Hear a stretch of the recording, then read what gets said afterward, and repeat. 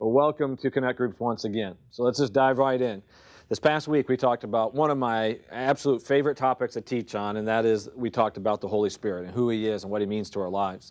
And so I kind of want to dive into that just a little bit more, kind of do a little bit of a recap and to give us maybe a different perspective on who He is.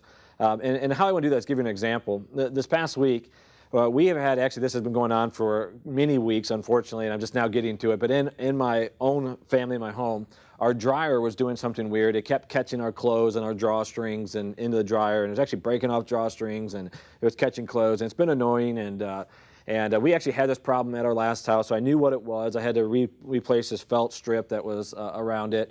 But then in the last month, something else happened where our dryer started making this really weird noise, and it was kind of like a grinding noise, but it wasn't real consistent.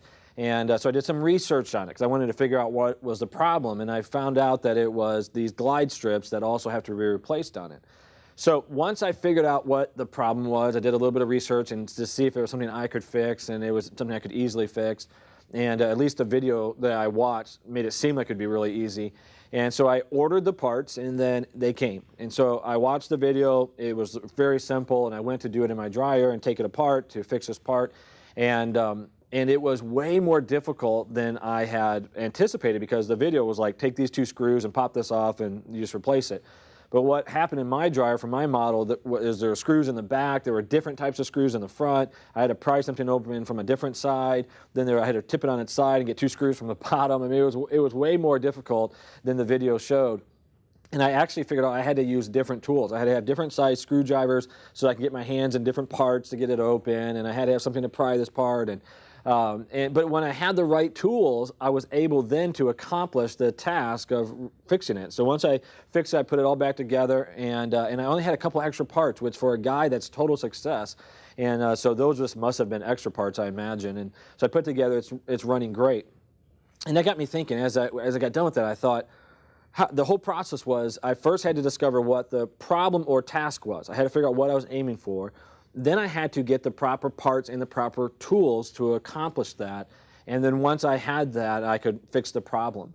And very much this is the situation that we find our lives in. This is the situation that the disciples found their lives in when Jesus said to them. He first gave them the task. He said, here's the task. And there's really two parts to it. The one task is to go into all the world and make disciples. And so he gave them a task that on the surface was an impossible task, to go into all the world and make disciples. I mean, he's speaking to 11 guys. He's not speaking to a huge army. 11 guys without technology, without having all the things that we have now that we can literally go to the entire world. He said to them, here's the task, go and make disciples. So the second part of that task is they themselves had to be disciples, continuing the disciple process.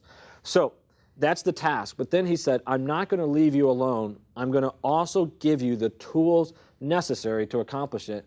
And the tools were actually found in one person, and that person is the Holy Spirit. God said to him, I'm going to give you the Holy Spirit, and He is going to provide for you the tools necessary to accomplish the task that I've called you to. So here's the thing that we can easily summarize from this is, first, we have to know what the task is. The task is, first, on a personal level, to become a disciple, to become like Christ, to become holy as He is holy, but then two, to make disciples. That's the task. But then the only way to accomplish it is to have the necessary tools. And these tools, the only way we can get these tools that are necessary to accomplish this task is the Holy Spirit in our lives, to be filled with and submitted to the Holy Spirit. Now here's what's unique that's different than me fixing my dryer. When I fixed my dryer, that was a one-time task. I fixed it. It's completed. I mean, it might break again in the future, but right now that task is completed. I'm done. Put the tools away. But the task that God has called us to is one that is continuous and requires constant work. It's a task that we will never complete while we are physically here on earth.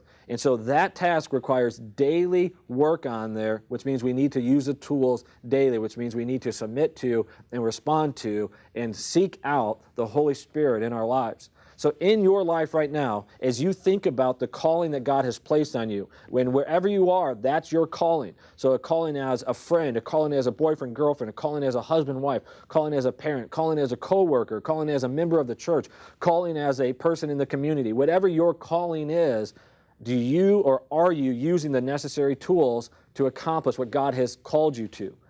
Think about that in your life. Evaluate it. Are you being purposed in the task to make disciples? Are you being purposed to shine the light? And if you are being purposed to do that, are you using the tools of the Holy Spirit to accomplish that? This is the only way we can find success in our lives. It's the only way we can accomplish the otherwise impossible task of making disciples. So guys, as you study this today, you're going to look at the passage in John chapters 13, 14, 15, and 16 in that area. I'm going to give you some other passages. You're going to look at these passages and see how this was a comfort to them and the necessary equipping for them to accomplish the task that Jesus called them to. As you know, I love you, and I can't wait to see you in one of our services this weekend. Have a great group.